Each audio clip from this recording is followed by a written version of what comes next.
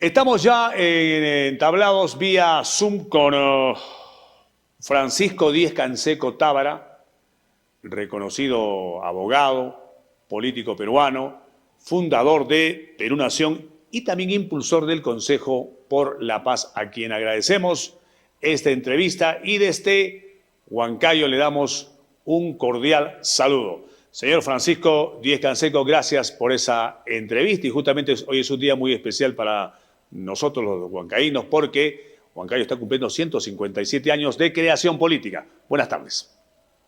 Muy buenas tardes, mis felicitaciones para usted y para todos los hermanos de Huancayo. Yo tengo una particular relación con Huancayo porque mi abuela, la señora Ana Cubán de Tábara, está enterrada en el cementerio de Huancayo. De manera tal que cada vez que visito la Incontrastable, voy al cementerio y le coloco una florcita porque está ahora ya en un osario. Tuvieron que trasladar sus restos porque el cuartel donde reposaba era muy antiguo y parece que se estaba viniendo abajo. Qué bien. Señor Francisco Díez-Canseco, la pregunta obligada, y más aún por un político de experiencia como usted, que es empresario, abogado y que ha sido inclusive ha fundado el partido Perú Nación y ha sido impulsor del Consejo por la Paz. ¿Cuál es el balance que usted hace de estos 100 primeros días de gobierno del presidente Castillo? En realidad tendríamos que hacer un balance del desgobierno. En buena cuenta, ¿qué es lo que hemos podido apreciar durante los 100 días? En forma concreta, una inflación anualizada del 6%, sin precedentes en los últimos 20 años, el dólar disparado a 4 soles 10 y sostenido esta semana por 700 millones de dólares que ha soltado el Banco Central de Reserva para que no siga subiendo, 20.000 millones de dólares de fuga de capitales del Perú, cero inversión, desconcierto en todo el país y por otro lado la evidencia de que está gobernando un grupo que por un lado es visiblemente comunista y senderista, incompetente para manejar el Perú y corrupto en la medida de las últimas cosas, de las últimas medidas, de las últimas acciones de Pedro Castillo y su permanente acompañamiento por parte de Vladimir Cerrón, que tiene una condena judicial por corrupción. Ahora, lo que se viene es complicado, pero nos gustaría conocer un poquito lo que usted piensa, por qué razones sucedieron en nuestro país para estar en la situación que estamos. El propio Vladimir Cerrón ha reconocido en una columna que escribió titulada Un paso adelante y dos pasos atrás, que ellos jamás se imaginaron que iban a llegar al poder, solamente aspiraban a pasar la valla electoral y a tener unos cuantos congresistas para poder tener cierta representatividad. Pero de pronto el Perú ha elegido a Pedro Castillo como presidente. ¿Qué cosas singulares pasó en nuestro país, particulares, para que esto sucediera? Mire, es el típico caso del outsider, ¿no? Lo mismo ocurrió con Fujimori. En el 90 Fujimori no existía hasta enero de ese año en que empezó a subir.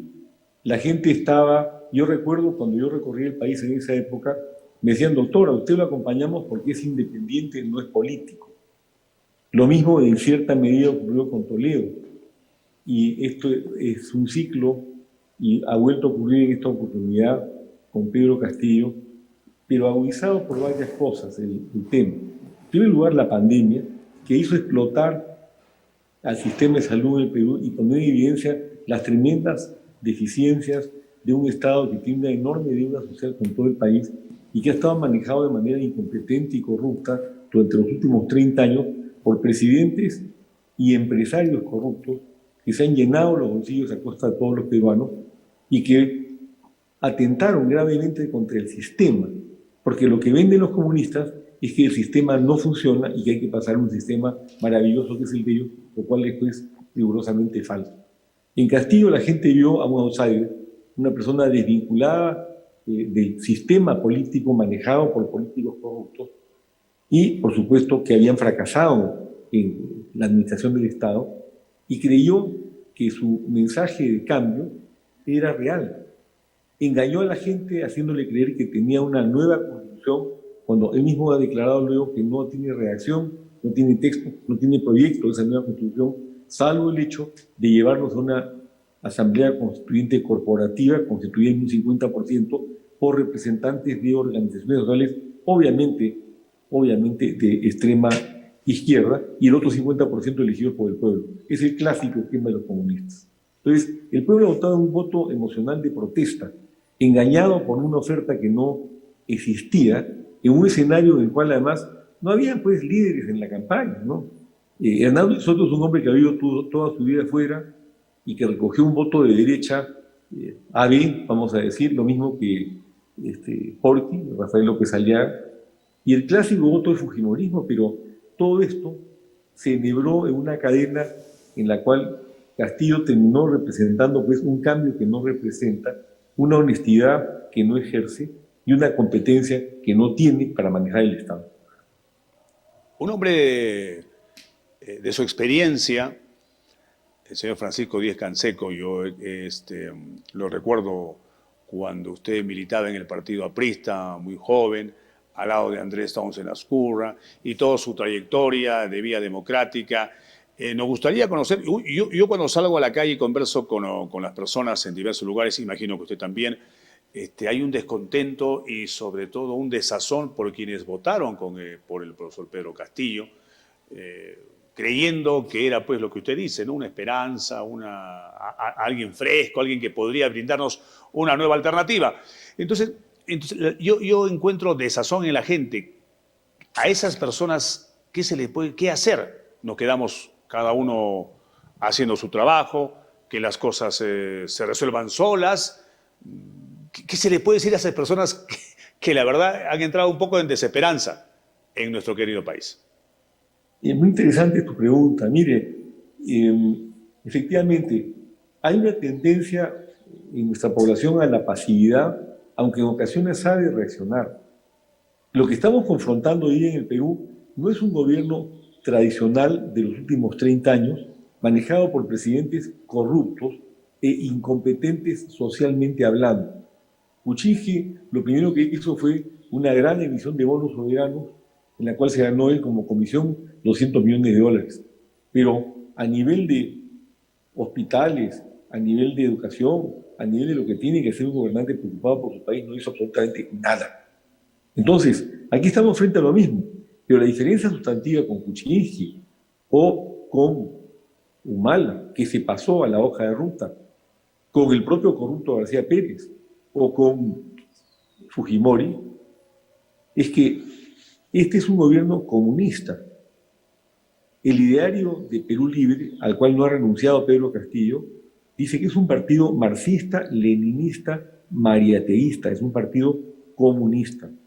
Estamos lidiando con comunistas. Eso es algo que todos tenemos que entender, porque los comunistas lo que quieren es destruir el sistema. Los comunistas lo que quieren es eliminar las libertades fundamentales. Los comunistas lo que quieren es establecer un sistema de partido único y, por supuesto, los comunistas lo que quieren es eliminar la propiedad privada y la iniciativa privada, que es el motor de la economía en el Perú y en cualquier parte del mundo. A eso nos están llevando. Por eso no les importa lo que está pasando, porque mientras se agudiza la crisis, lo que ellos están haciendo es, o son dos cosas.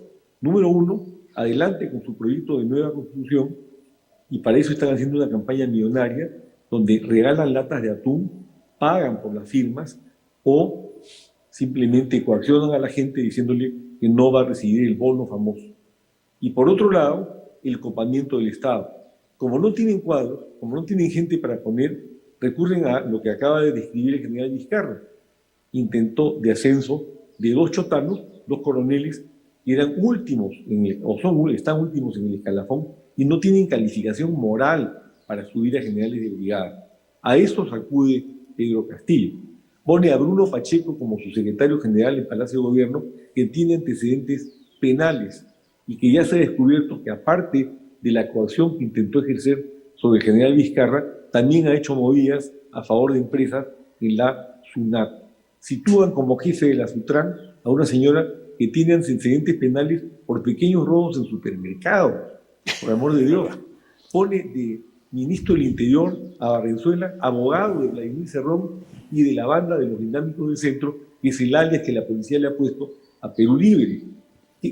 Ya, miren, está la cantidad de acciones de esta naturaleza que no cabe duda que estamos no solo frente a un gobierno comunista, sino frente a un gobierno corrupto.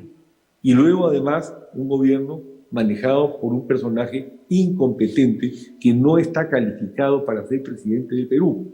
No está calificado. Un profesor que se lo jalaron 2 veces, que adquirió para subir en su escalafón, que adquirió notoriedad porque paralizó mediante una huelga en 2017 las clases en el Perú, perjudicando a decenas de miles de niños y de adolescentes porque no quería que hubiera meritocracia magisterial, como lo acabamos de comprobar hace 2 días en los exámenes que se le han tomado a 250.000 maestros, y ahora se ha descubierto que habían filtrado el examen un día antes. ¿Qué más podemos esperar? Situación bien complicada. A usted, un hombre de experiencia y de reconocido trayecto democrático, yo quisiera una palabra de reflexión sobre por qué los peruanos nos equivocamos constantemente al elegir a la principal autoridad de nuestro país. Aquí está el último momento con Pedro Castillo y los anteriores, todos los presidentes anteriores que han tenido, digamos, una elección directa están metidos en situaciones complicadísimas. ¿Qué pasa? ¿Y caemos en una desazón? ¿Qué reflexión tiene usted? En la neurociencia se enseña que el 60% del voto es emocional. Hoy día está un 70%. Y que la resolución del voto en un 30% se efectúa en la fila, en la cola que uno hace, si es que hay cola, para entrar al recinto de votación. Entonces, no es un voto reflexivo, no es un voto esencialmente racional. En el caso de Castillo ha sido un voto de protesta por todo lo que hemos tenido en los últimos años. En años anteriores, recordemos también que tampoco es que quienes ganaron las elecciones lo hicieron con gran holgura. Han ganado ajustadamente, pero además, y esto es muy importante recalcarlo, tremendos aparatos mediáticos a favor de determinados candidatos que, por supuesto, respondían a tremendos intereses creados. Entonces, se ha trabajado de esa manera y pensaron estos señores que en esta elección la podían repetir y el pueblo emitió su voto de protesta. Irracional, emocional, en búsqueda de un cambio que, por supuesto, Castillo jamás podría traer, porque si tuviera la coherencia y la preparación para hacerlo, establecería un régimen comunista que es un fracaso anticipado y no tiene ni siquiera la capacidad para hacerlo porque es un incompetente para ejercer la jefatura del Estado.